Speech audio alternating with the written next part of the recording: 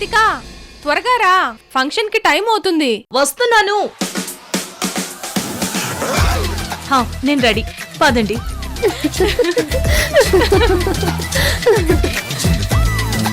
ఏంటి నవ్వుతున్నారు? ఏమైంది మీకు? మా కాదే, నీకేమైంది? నాకేమైంది? I'm fine. ఆ అద్దంలో చూసుకున్నావా? ఏయ్, నేను అద్దంలో చూసుకోవడం ఏంటి? అందానికి బ్రాండ్ అంబాసిడర్ ఇక్కడ. నీ బ్రాండ్ ఏంటి ఇంత ఓల్డ్ అయింది? ఏహే, సొత్తు లేకుండా సూటిగా చెప్పండి. మరి 60s హీరోయిన్లా ఆ కాటుకేంటే? ఫంక్షన్ లో నిన్నులా చూస్తే కాటుక కళ్ళు రాణి అని అబ్బాయిలు ఆట పట్టిస్తారు. వాలు కనుల దానా, నీ విలువ చెప్పుమైనా, నా ప్రాణమిచ్చుకోన, నీ రూపు చూసి శిలను అయితేనే. నువ్వాగవే. కాటుక కనుల దానా, నీ విలువ చెప్పుమైనా, నీ కాటుక చూసి శిలను అయితేనే, ఒక మాట రాక మూగబోతేనే. ఆపండి, నవ్వకండి. వాళ్ళమ్మగారికి నమ్మకాలు ఎక్కువేమో. Stop it.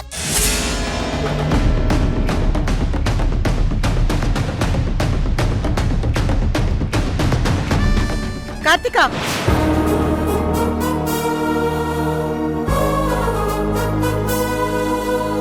అమ్మా, ఈ కాటుక బాగుండదని ఫ్రెండ్స్ అందరూ చూస్తే ఎగతాళి చేస్తారని చెప్తే విన్నావా? ఇప్పుడు చూడు, నా ఫ్రెండ్స్ అందరూ ఎలా నవ్వుతున్నారు. ఏమా, మీరు కాటుక పెట్టుకోరా? కాటుక ఓల్డ్ ఫ్యాషన్ కదండి. ఇప్పుడంతా ప్లాస్టిక్ బొట్లు, టాటూస్ ట్రెండ్ నడుస్తుంది. ట్రెండ్ ఫాలో అవడం మంచిదే. సరే, మన సంప్రదాయానికి మించిన ట్రెండ్ ఎక్కడుంది? అమ్మా, నా నోరు మోయించినట్టుగా భయపెట్టి వాళ్ళ నోరు మోయించుకో ప్లీజ్. అరే, వాళ్ళకేది మంచో ఏది చెడో చెప్పాలి కదా, లేకపోతే ఎలా తెలుస్తుంది? చెప్పడం మన బాధ్యత. చూడమా, మన ధర్మంలో ఆడపిల్ల శక్తి స్వరూపిణి అని, గృహలక్ష్మని అంటారు. సంస్కారానికి ప్రతిరూపంగా భావించి గౌరవించి పూజ చేస్తారు.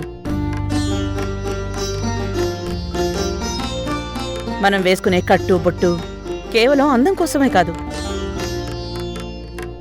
ఆత్మగౌరవం, శీలం మన సంస్కృతికి ప్రతిబింబంగా ఉండాలని పెద్దలు బొట్టు, గాజులు, మెట్టెలు, మంగళసూత్రం, కాటుక ఇవి సంప్రదాయంగా పెట్టారు.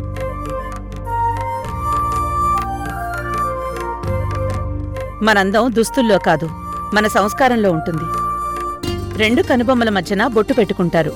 ఆ స్థానాన్ని ఆజ్ఞాచక్రం అంటారు.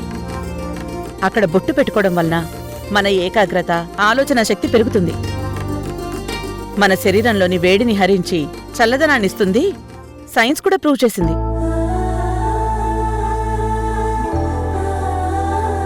సింధూరం దాంపత్యం పవిత్రతను, మంగళసూత్రం ధర్మబద్ధమైన జీవితానికి ప్రతీకలు. ప్రపంచం అంతా మన కల్చర్ ఫాలో అవుతుంటే మనమేమో నామోషిలికిపోయి నెగ్లెక్ట్ చేస్తున్నాం. అసలు గాజులు, కాటుక లేకుండా అదే ఫ్యాషన్ అని ఊరుకుంటున్నాం. అది ఎంతవరకు కరెక్ట్? సారీ ఆంటీ, మీరు చెప్పింది కరెక్టే. ఇంకెప్పుడు నెగ్లెక్ట్ చెయ్యం. It's okay, very good. మా కార్తీక కాటుక ఇప్పుడు ఎలా ఉందో చెప్పండి. Old is gold aunty, super.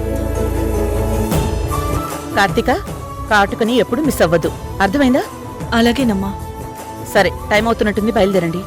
నువ్వు ఎన్ని చెప్పినా నేను వినను. ఈ కాటుక ఎలా మిస్ చేయాలో నాకు బాగా తెలుసు.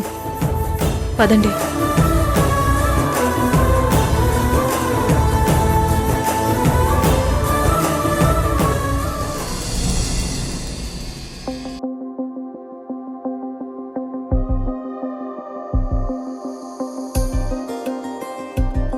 జయంతన్నయ్య, చెల్లెమ్మా,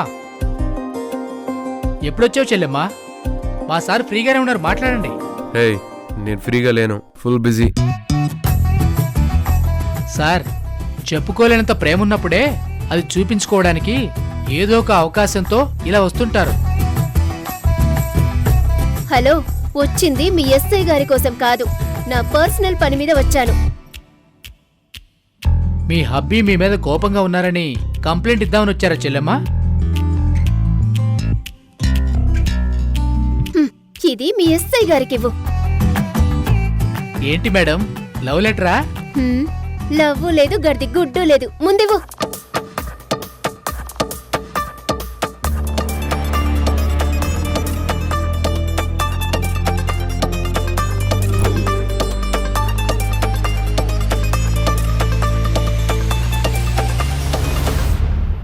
కవర్లో ఏముంది సార్?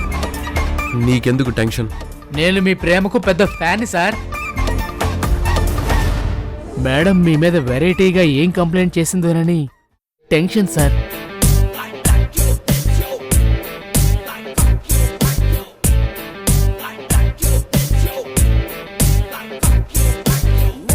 Constables sir. సార్ అందరూ ఇలా రండి. ఈవిడ గారు నీ పేరేంటి? కావేరి సార్. నిన్ను అడిగానా? మీ కానిస్టేబుల్ చెప్పాడు కదా, అదే నా పేరు. కావేరి అనే అమ్మాయి సైకాలజీ స్టడీ చేస్తుంది. అందులో లవ్ కూడా ఉంటుందా సార్? ఈ మధ్య నువ్వు లవ్వు అని బాగా కలవరిస్తున్నావు. లవ్వు ఒంట్లో కొవ్వు కరిగిస్తుంది, చాలా డేంజర్. అర్థమైందా? అవును, లవ్వుకు ముందు ఒకలాగా లవ్వు తర్వాత ఇంకొకలాగా ఉంటే కొవ్వు కరుగుతుంది. ఎవరికి చెప్తున్నారు మేడం? ఎవరికి చెప్తున్నానో వాళ్ళకి తెలుసులే. ఆ సైకాలజీలో భాగంగా క్రిమినాలజీ మీద రీసెర్చ్ చేయడానికి మన పోలీస్ స్టేషన్ సెలెక్ట్ చేసుకుంది. సెలెక్ట్ చేసుకుంది ఎవరు సార్? అదే నువ్వు పేరు చెప్పిన అమ్మాయి. నేను మీ అండర్లో ఉన్న క్రిమినల్స్ ని ఇంటర్వ్యూ చేసి వాళ్ళు నేరం ఎందుకు చేశారు, ఏ పరిస్థితుల్లో చేశారు, వాళ్ళ మానసిక పరిస్థితి ఏంటి అని రీసెర్చ్ చేసి రాసుకుంటాను. ఓహో, అర్థమైంది మేడం. అలాగైతే మీరు ముందు మా సార్ని స్టడీ చేయండి. ఎందుకంటే ఈసారి క్రిమినల్కు సింహస్వప్నం తీస్మార్ కార్. రేయ్ వాగించాలు, మీరు వెళ్ళండి. నాకు డౌట్ సార్. అడుగు.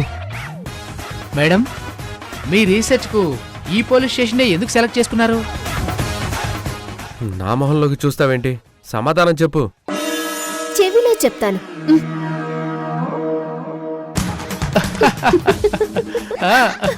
ఓ, మీరు సూపర్ మేడం. ప్రొసీడ్. పదండి. రీసెర్చ్ కు మనం డిస్టర్బెన్స్ ఎందుకు? పదండి.